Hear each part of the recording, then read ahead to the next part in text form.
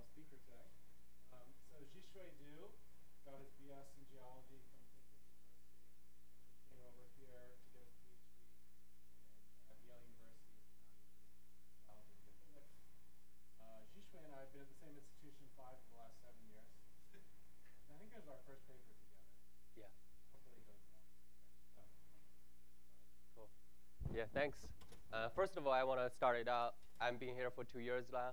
I'm really enjoying the time over here, interacting with all the people around, and I really love the neighborhood, and all the help from you guys. I always appreciate it, and I apologize for all some of the messed up I did. Probably interviewing some of you were, but like overall, I really enjoy the company around here, and as I finish my PhD, like many of you guys experience that you climb a mountain that is a strenuous hike along the way. So you kind of finish it, you pause and think what we're gonna do next. So I came up with this idea, or like even when I was doing PhD. So what about looking at this magnetic field? There was a huge debate back then saying how we're gonna figure this thing out. So then I sent this proposal out to Carnegie here. So I'm very fortunate. Many of you actually really think this is going to work, and I'm really fortunate to get the opportunity to get this research done. So over here, the 2 years, that's the work I'm presenting here. I'm really proud that I stick with this proposal, and I actually, hopefully, I convince you that it's something that's exciting. Here, so what oops. The problem I'm talking right now today is the Earth magnetic field. So before I go into it, so I want to acknowledge a couple of co-authors here, Colin, Neil, all my lab mates. We're doing experiment together. And Peter really is a pleasant surprise when I got here, and I found out he's also here. So he didn't tell me though. So he helped out on the modeling part. We're talking about this science problem all the time. And Faye has been a really good supporter and letting me pursue my own ideas. And there are many, my PhD advisor, she's the one inspiring me doing all this work as well. And the co-authors at APS, they really help out on the experiment part. So for the science, let's go into it. Why do we care about magnetic field? So magnetic field protects us from the sun's harmful solar radiations. So that's the charged particles, gamma rays. That's really bad for the life of our form. And the magnetic field is a really important shield from getting these particles into the surface. So for this reason, the magnetic field it's one of the most important factors in terms of how we're going to keep our planet habitable. And also understand this magnetic field generation will help us to search for life and beyond on our own planet. And what you can see example is that when you go to the northern Canada, many of you probably fortunate enough to see the beautiful like northern lights over here. So that's when the charged particle hits the magnetic field line and generate this beautiful color we've seen. So it is real. So magnetic field is protecting us every second of our life. And so in terms of how the magnetic field has been generated, so the theory has going back 200 years ago. So over here, so we know going inside the Earth, so the magnetic field generation comes from within. So if you look inside the Earth, so there were a couple of layers. The ones I'm pointing out here is the liquid outer core. So that's the fluid conductive metal that's moving around, and that's generating the magnetic field we see on the surface. And how this magnetic field has been generated? So the dominance theory, so we're going to go through a couple of them over here. So if you zoom into the core over here, so you will see today we have an inner core and outer core that's fluid. and the mantle above. So you will see this fluid motion that goes to the spiral from north to south. So that will give you the magnetic field going up and down. So in terms of energy, so we have two sources, as we know, everyone agrees. So this is one is thermal energy. So that if in terms of dynamics is the cold once the mantle cools the core, so the material on the top is colder, so therefore it's denser, then it sinks. The other way, so this one will drive the fluid motion. So that's when we call a thermal energy equivalently. So if you do, when the inner core nucleates, so there are some light material comes out, so that goes up to the surface over here on top of the core. So that's what we call chemical energy. So that's something related to the inner core growth. So the question is, when you're going back in time, so that's what we worry today, is how the magnetic field in the past has been generated. So then, back then, we think probably inner core wasn't there. So then all your energy left is the thermal energy. You don't have the inner core doing the job right now. So then what you need is the cooling energy, though. That's what we call the secular cooling term. Has to be greater than the conductive energy that you have to overcome. So then there comes a problem when we go and see the record right now. So I'll come back to this next slide. Over here, what we see on the surface is over here. That's the time as function of magnetic intensity. So this is what you can observe on the Earth's surface. So you pick up a rock, you look at the minerals there. So there's some technique that will figure out how much magnetic field has been recorded inside the mineral. So that will tell you how strong or there is or not a magnetic field present at the time when the mineral was formed. So when you pick up all kinds of rock, something like 1 billion years old, 2 billion years old, 3 billion years old, you measure the intensity inside the mineral. So you figure out the magnetic field has been present for the last 3.5 billion years. So it's been like 3/4 of our Earth's history we had the magnetic field. So this is a very robust observation. In terms of variations here, we still don't know yet, but the bottom line is that we had magnetic field for a long time. So, but then this is what that really drive me doing this research is 5 years ago there was a few calculations paper suggesting this thermal conductivity of iron, which is the core material dominantly. So this is thermal conductivity much higher. So when you look at when the inner core wasn't forming, so the adiabatic, that's the conductive thermal energy part you have to overcome to drive the dynamo. So it's proportional to this thermal conductivity number. So here, this is the total energy I plotted here, like as just a scale. Over here, usually at the most, we can expect something like 12 terawatts. So that's the number 12. Then the barrier, that's the adiabatic heat flow or thermal energy, you have to overcome. It used to be 5, so which is not a problem. So what you have is greater than you have to be able to overcome. But when this conductivity is 3 times higher, so you will see, oops. So what we have is not enough to overcome that barrier now. So what you have to do, come up an idea is how we can boost up this or lower this. So the thermal conductivity part is still very controversial, including many of you here working on this problem. So in this talk, I'm just gonna assume this is really high still, and how we can boost up this part in order to have the dynamo going on before the inner core was forming. So then we summarize here in terms of what we understand, the classical model. So when the inner core, before the inner core formed about 1 billion years ago, so the energy we have, we can think of right now, doesn't really do much in order to generate magnetic field. So we wouldn't expect anything beyond 1 billion years ago. But what we see in the rock record, we do see magnetic field going back in time. So there are clearly some things missing here.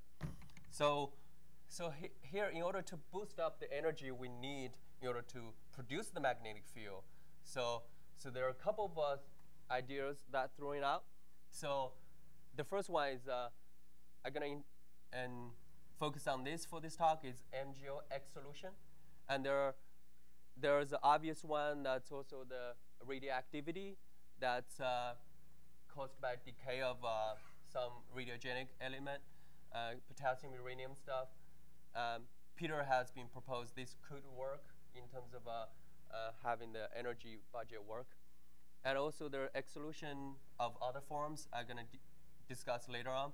So for now, I want to introduce this MgO exosolution in order to this hypothesis in order to solve this problem. So what it says in this model, it was proposed something. The idea has been around for a long time, but the paper came out, it was last year. So the idea was, so this is the core over here, this is the mantle. So the core started out really hot, so it's cooling. So the cooling part is part of the energy we know. But during cooling, a lot of material that was dissolved in the core when the core was really hot becomes not so comfortable within dissolving the core. So they are more likely coming out. So one of the mineral that could be is MgO, because the MgO has a very high melting temperature, as we know.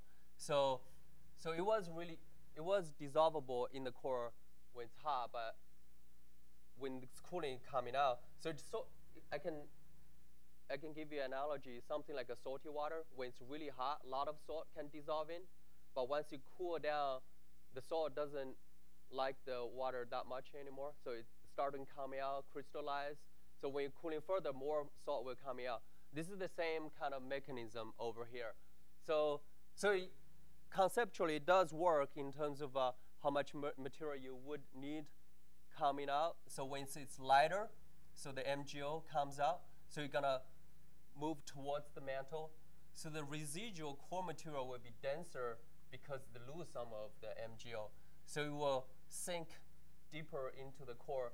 So this one will act like a stirrer to drive the dynamo, drive the fluid motion inside the core, therefore generate magnetic field. So this is a very simple and neat idea.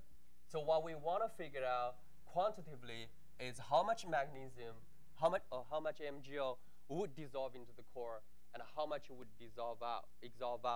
So that's the thing I want to figure out. So how are we gonna figure out then? So in terms of the core conditions you want to generate is the temperature we think is something like a 4,000 to 6,000 degree. So that's what you want to achieve. Then the pressure conditions inside the core. So that's also achievable. So we have this diamond anvil cell. So many of you have seen it's something like a fist size. So a gem quality diamonds over here with a little flat top. That's like a hair diameter. You can put your sample over there, then press against it. So that would generate the pressure we need. So this is the schematic of a sample assembly. So you have this core material that's iron-rich material. So you have the mantle material that's have some MgO in it. So you let them react at different temperatures. You see how much MgO would dissolve in there. So that will conceptually answer our question. So if we go higher temperature, we see more MgO, lower temperature, less MgO.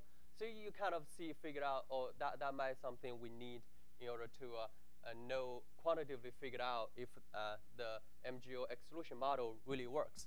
So that's what we did in the experiment. So you put everything in, you use the laser to heat it up the temperature you need. Then after the experiment, so you see over here, that's something you melt. So that's what we some of our like core material and the mantle material in there. So then you cut it across the melting spot. So this is under the electron beam. So over here, what you see, the bright spot inside, this is the what we call core material, so the iron-rich liquid. So that's the core. So this is the silicate melt. So that's the mantle that has some MgO in it. So what we want to figure out is doing different temperatures, see how much MgO has been dissolved into the core. So that's what we want to figure out. So you go inside this area and you measure how much MgO inside the metal. That's the core. So how much MgO inside the silicate? Look at the ratios. Then, in terms of like details here, so this is, you write down the reactions, how the magnesium MgO inside the mantle dissolve into the core in the form of magnesium. So that's what you get inside the core. So you can measure this one in your experiments, every quantity of it. So you come up with this exchange coefficient that's depend on the temperature, pressure, and composition. So quantitatively, in terms of numbers, this is what you really want to figure out, how the magnesium depends on the temperature, pressure, and all the variables. So you do a bunch of experiments like we were proposing. So this is the exchange coefficient that's proportional to how much magnesium you have in the core. As function of temperature, over here is 1 over temperature. So all the numbers here, that's the pressure. We haven't gone to the core pressure yet. So, but this is the we can achieve right now.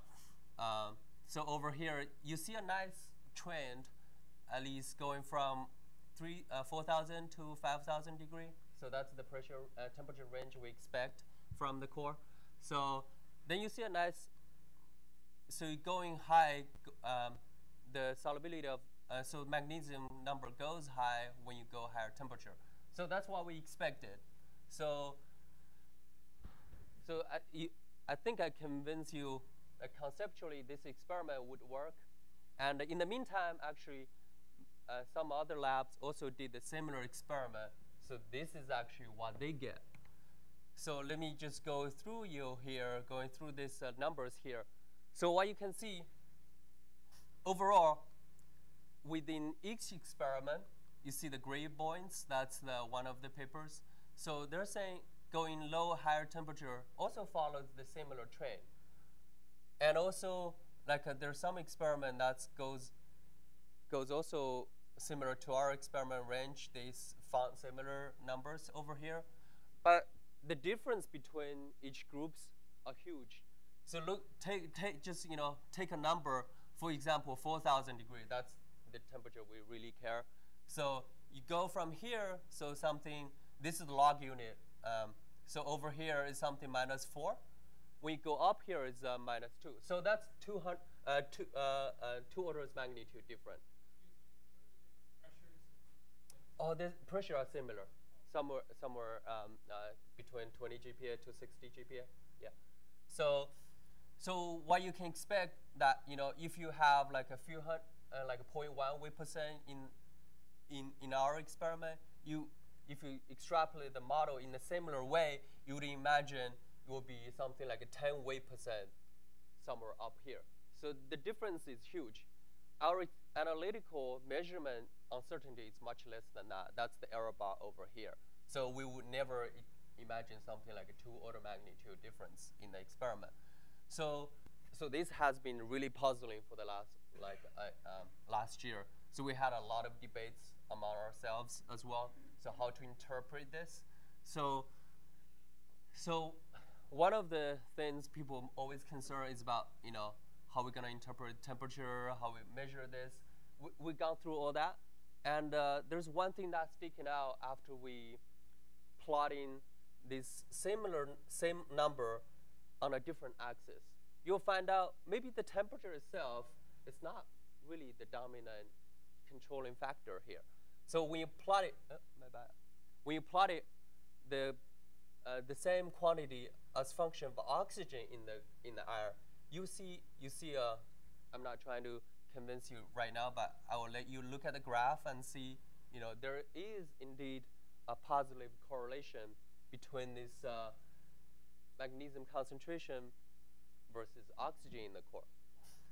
So maybe the temperature itself is not the most important factor, like we're always trying to say or imagine before we did the experiment. Maybe it's just the oxygen in the core that really drags the magnesium or pull the magnesium inside the core. So if you do the model now, saying, okay, the magnesium is dependent on the oxygen instead of temperature. So imagine the model, the concept is very different now. So the core cools, but the oxygen inside the core may not change that much. Then your magnesium will not come out. So that's the concept we have here. So in terms of going to the details, so we can imagine a few reactions inside the core that might be happening. Here, one thing, this is one reaction we figured out in our experiment. So this is the other two that has been studied before. So you can imagine, so the core dissolving some of the oxygen, silicon, magnesium inside the core in the beginning. So once the core cools, some of the material like MgO or a little bit FeO or a little bit SiO2 starting coming out as function of temperature, pressure, and composition as well. So you can throw all this reaction in and figure out the equilibrium between these two phases as function of temperature. So there are a couple of assumptions inside the model, so I'm not going through the details here. So what's important is that as function of temperature, now given this reaction, we can calculate how much magnesium will be in the core and how much exsolution will come out. So that's what we really care. So this is the calculated result from the previous studies. Over here, so that's really what you need for this mechanism to address the major issue we hear. So you started out the magnesium dissolving in the core a lot, something like 2% here, at a high temperature, something like 5,000 degrees. Then going down once the core cools, so your magnesium solubility decreases to a very low value. So this is something you really need in order for the model to work, because you need to dissolve a lot in the beginning. So you cool, so you dissolve out a lot. So the mass that comes out that drives the fluid motion will be optimum. So, but what we found, given our new finding, is that the magnesium's concentration at a high temperature is still high because the oxygen content in the core is high. But once the cools, there's not much coming out anymore, because the oxygen in the core doesn't change very much. It's because the magnesium doesn't depend on the temperature that much anymore.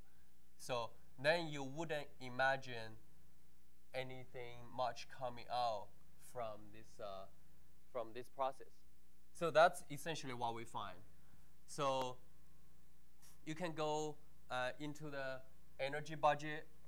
Peter really helped me out on this part. So you put in all the other possible energy source, like we talked about early on. So there would be the cooling part, there would be a radiogenic part, there would be exsolution part. That's what we put in new here now. So we figured out there are only 1 terawatts that's contributing to the entire process. So then we're coming back to this problem, saying this is what we need to overcome, 15. And this is what we think we have. Everyone agrees, 12. So adding this 1 terawatts on top of what we hear is not enough to overcome that yet. We actually need much more for the energy to work. So the problem still persists here. So just summarize the first part really quickly. So the magnesium exsolution, what we found, depend on the oxygen content in the core. So therefore, during cooling, the exsolution part that comes out, it's not much, it's very limited. So when you put the numbers in, so this energy source is really reduced by a factor of 5 or 10, which is not enough in order to generate magnetic field in the past. So we need alternative energy source in order to. Yeah, go ahead. But well, before you move on, yeah. I'm still very puzzled why the oxygen content in different experiments in the metal is so different. Oh. Presumably all starting with similar Yeah. starting material. Oh, just by accident, we had some carbon in the middle, in the core. So like over here, so we had a lot of carbon in the middle. So like you said over here, than probably the previous experiment. So the carbon doesn't like the oxygen, so that pushed the oxygen out from this material. So that's why in our experiment, oxygen content is much lower. That's why you see a shift in this partitioning here. So just by accident, we did the experiment slightly different way, and actually we found out we are actually into a different regime than previous experiment. Yeah. So then, the part 2 is we step back from quantitatively figuring out how much magnesium in the core in terms of how we can constrain from the experiment. Is any other way we can figure out if this mechanism or similar mechanism is happening today? So then if it does happen, we can see how does the exsolution would affect the magnetic field generation, and how is that going to affect the inner core growth? Those are potentially observables. And the third, how does it affect the mantle geochemistry? So we're going to go through a couple of this here. So this is the part we can look at when we throw the exsolution in. So you can calculate, this is the F term. All these ones are a bunch of constant, generating the strength and the magnitude of the magnetic field. So there are a couple of energy sources like we discussed before. So now we have the exsolution in, so we can talk about how much exsolution gonna impact the magnetic field generation. So we did a few cases. One, we can compare, so the ones we had the exsolution, like what we did for this study. So that's the solid curve over here.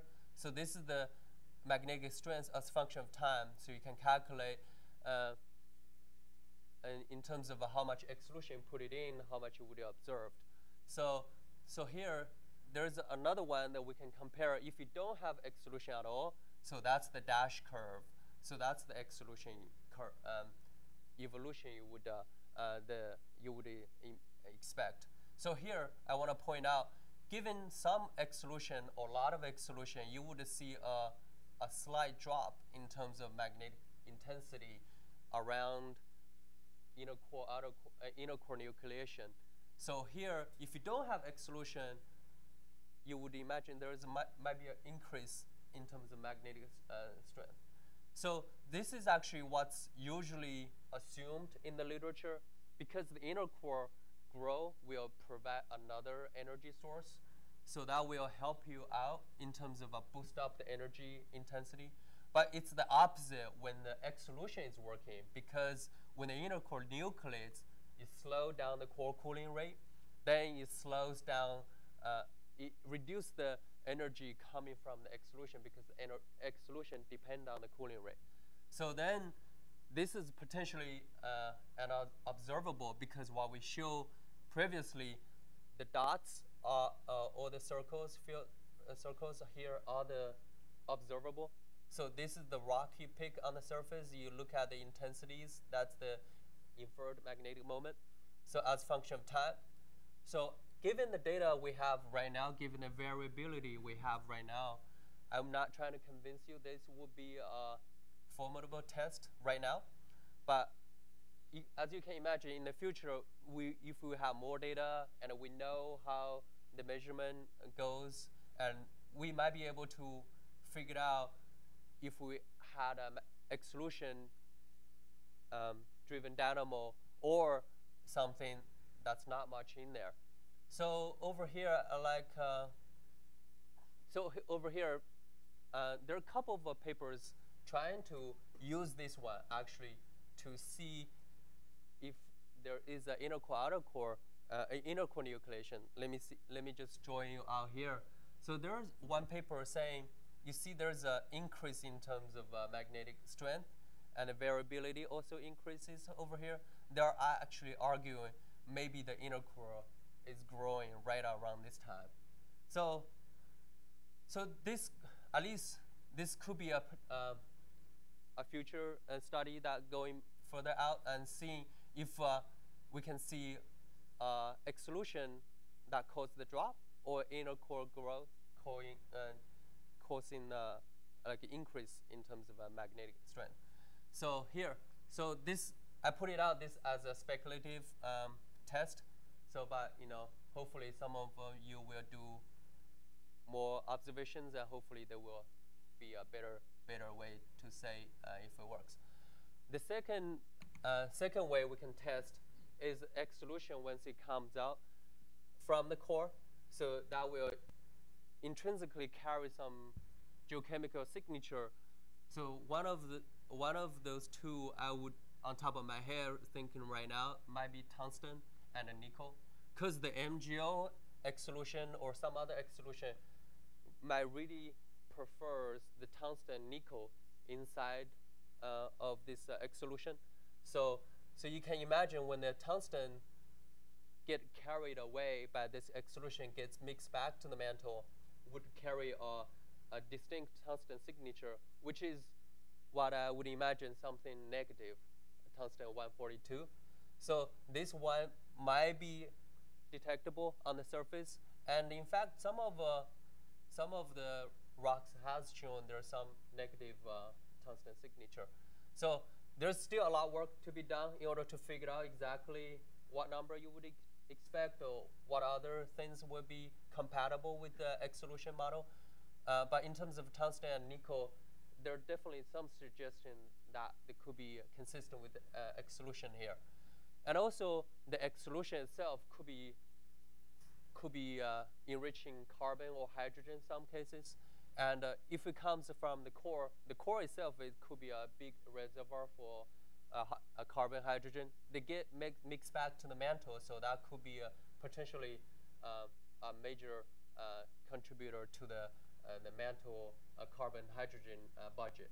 So this is something I have in mind, but haven't really took a careful model into it. But this could be something very important. So just to summarize what I have done for the last 2 years. And looking forward, and there's still many exciting research could be done. So all the exsolution, the motivation for doing exsolution is coming from this thermal conductivity of the core, and this self has to be resolved, and more work has to be done. And also there are many other sources that could provide the energy in order to drive the magnetic field. And this one Peter is also working on is basal mag motion. That could be something really important. And some other forms of exsolution could be also possible. That's enriching carbon, hydrogen. And in order to test this geochemical signature, we need a lot more experiment on those trace elements at this exsolution process. So I thank you again for being here, and I'll be sticking around. Yeah, thanks.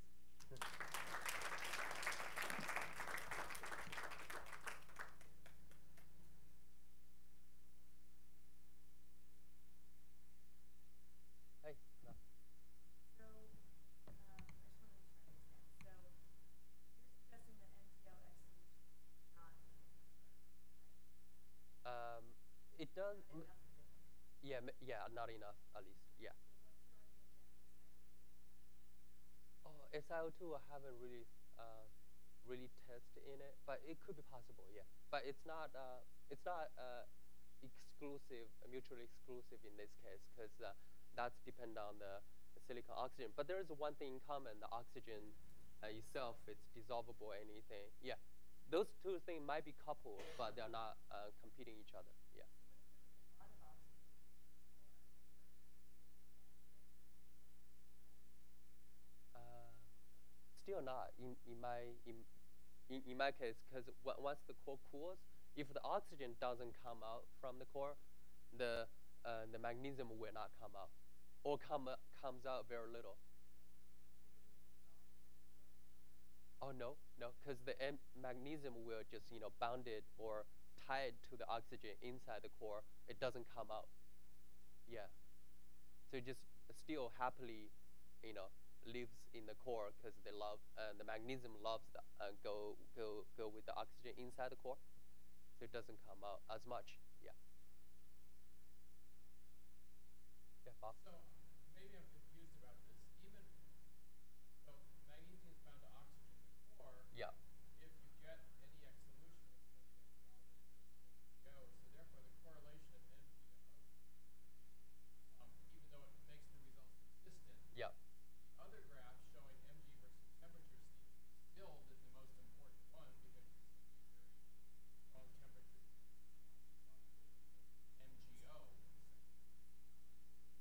essentially. Yeah. That's the way I'm interpreting it. Is that somehow wrong? Yeah.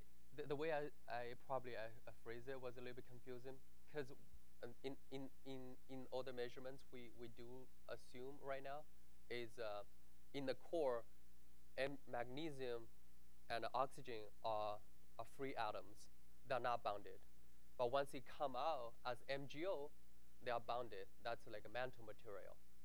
So, but you might expect the magnesium and oxygen, they might be somewhat tied together inside the core. So that's why we might see a correlation. That's why we see the correlation, because when you have more oxygen, magnesium tend to be inside the core as well.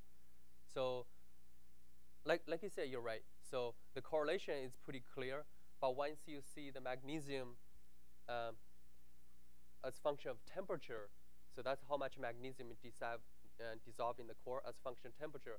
If you look at individual studies, they show a very steep, like a slope. So that's very temperature dependent. But when you look at the overall, so the correlation is not there.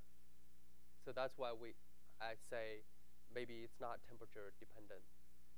So it might be interesting to do some atomic resolution microscopy, like Sprout or something, just to Yeah. see, in fact, the degree to which there's correlation spatially of the magnesium and oxygen.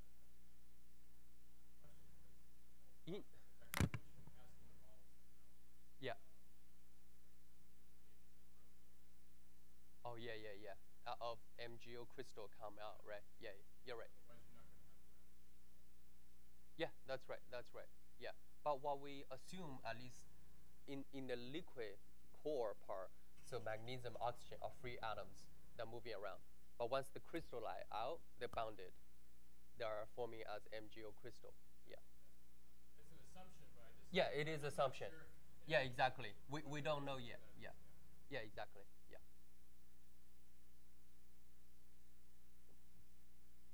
Why the focus on MGO specifically?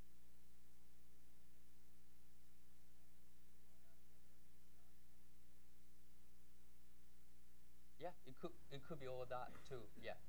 There's one thing.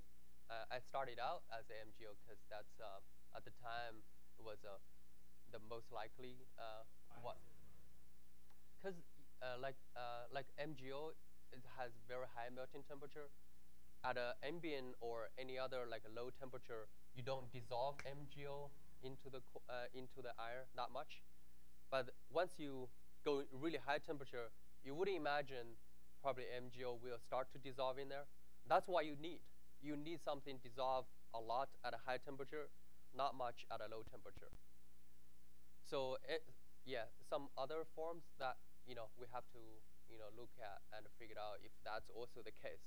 That's really what you need for any exsolution to work in order to provide enough energy. So SiO2 could be that one as well. Yeah. How do you convince yourself the experiments are as So I can't say 100% for sure, but like we did as good as anyone else can do. So there are a few things I like to. There are two indications. One is the diffusivity of these atoms inside each phases are really high, and we know roughly order magnitude how much time in order for it to reach equilibrium. That's on the order of 0.1 second or 1 second. We did an experiment at different times, something like a few seconds, sometimes 10 seconds, sometimes a few minutes. The result doesn't change very much. That's one thing. So the other one, if it does reach equilibrium, you would imagine within each phases, the profile of any element will be flat. It will be uniform, right? That's what we saw in the experiment. So that's the argument actually for you to reach to steady state, but it's the necessary condition for you to argue for the equilibrium. So I'm not, yeah. That's the what I can say right now.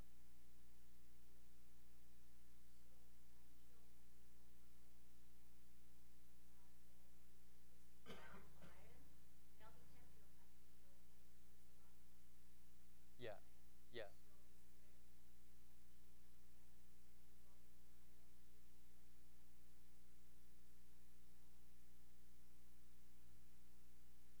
Yeah, it could be. Yeah, we have a lot of other elements in the core, in the iron as well, like a carbon, magnesium, silicon, oxygen. All those stuff will help to like reduce the melting temperature of iron. But what we did, everything here is we look at the temperature dependence. Everything is liquid at this point. So I'm not sure if that's yeah. So everything is liquid. So we are not looking at anything solid or liquid or anything. Yeah. So I'm not I sure. thought what she was saying was that the FeO can be dissolved in the engine and that would reduce the melting temperature. Yeah, that's right. And so the exsolution may be much less efficient because Yeah, yeah. I think that's what you're saying. Is that what you said? Okay, I see. So yeah, in the experiment, in the silicate part, we have a lot of FeO, like a lot of them. But in the model, we model them separately because FeO dissolve in the core and the MgO dissolve in the core, and SiO2, they're all separate in the model. That's separately determined. You can predict how much FeO you would get from this exsolution, which is it turned out to be very minor, like 10% something like that. Yeah. So it will decrease the melting temperature, but not so much. It's still solid. Yeah. Yeah, you're right.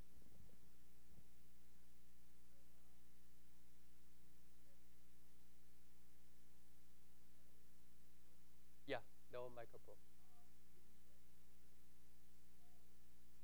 Yeah.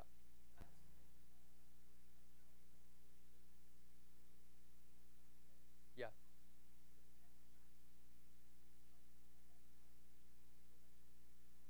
Yeah. Yeah. So there are two observations that convince us that's not the case.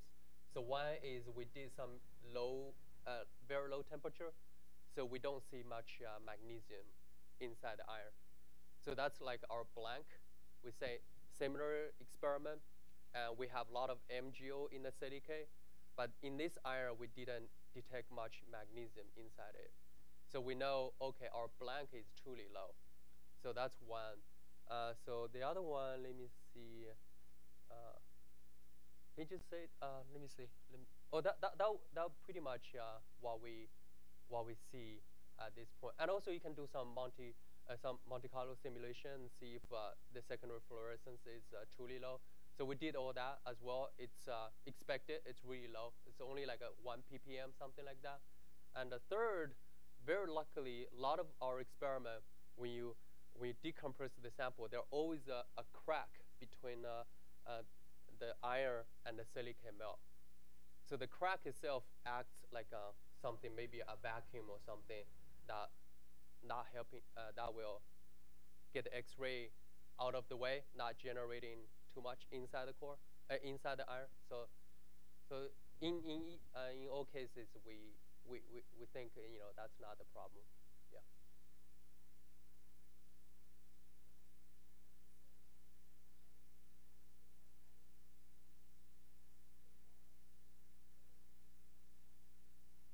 Yeah.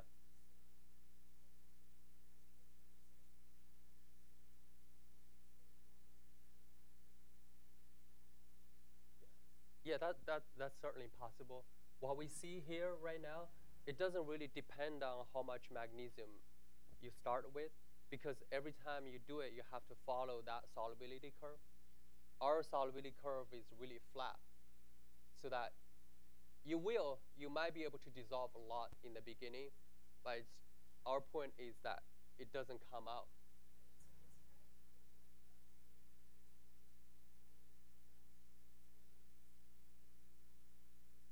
Yeah. Yeah.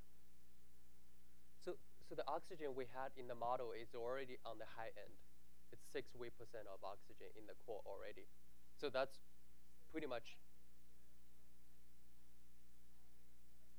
It's how much, yeah.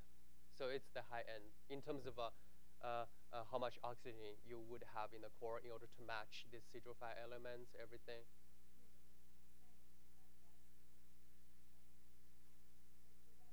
That would be today's oxygen. Yeah, that's right. At the very high temperatures during prime impact, you get a lot more oxygen in there, and there would be no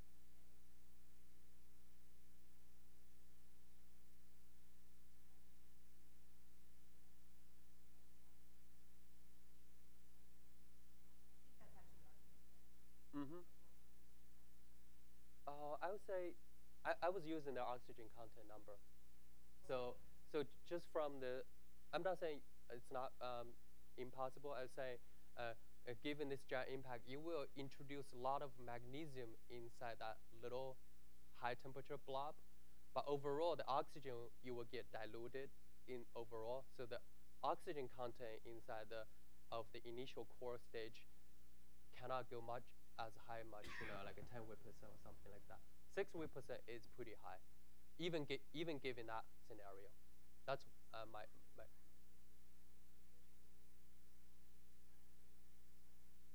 Um, that I know. My point is that even given that high temperature formation process, your initial core oxygen content at the 6% is already on the high end. It's possible going really, really high, but it gets less likely once you get really high. But that's another thing you can look into. But even if you go really high oxygen, I would say all our curves will shift it to really high, like a value. But the slope itself is still very like a flat. Given I haven't done that yet, but that's what I would expect. Yeah, Tim.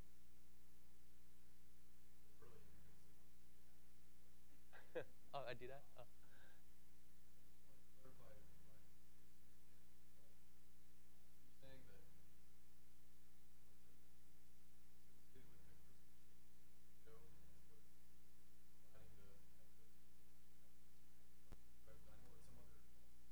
That could be part of it. That's. Oh, they're coming from two parts. One is when the crystal comes out, the solid part, the residual iron goes into it. So this one will release a lot of potential energy, gravitational energy. So that's half of it. So the other half is actually what you said. Once the reaction goes this way, there will be some latent heat or reaction heat that's associated with this exsolution. Two are actually pretty equal given the enthalpies. There are some literature value of each enthalpy of magnesium, liquid metal. All those ones I look at. That's one bar, like a literature value, which give you a sense but not exact. I would say gravitational energy will be significant, but in terms of exact numbers, I'm not exactly sure. Yeah, exactly. Yeah. Yeah, could be. Yeah, could be. Yeah, could be. Yeah. And then the other thing I don't understand is renormalization of the plot versus the oxygen content. Yeah, yeah, yeah, yeah. Doesn't that prove that you're not measuring equilibrium properties? Or at least, maybe not you, but Yeah. maybe all the other groups aren't? Yeah, that's a fair point. We don't know yet exactly. Just for us to explain the data, that oxygen seemed like it to be the dominant term, but you're right. Yeah, there could be something going on there we don't know yet. But you were saying that the carbon content of your experiments to try to get how much oxygen is going into the network. Yes. That could be an equilibrium process that depends on what you're trying. Yeah, you're right. You're right. You're right. Yeah, you're right. You're right. Yeah. So ideally, I want to be able to reproduce their results, and they, see if that's the case. Yeah.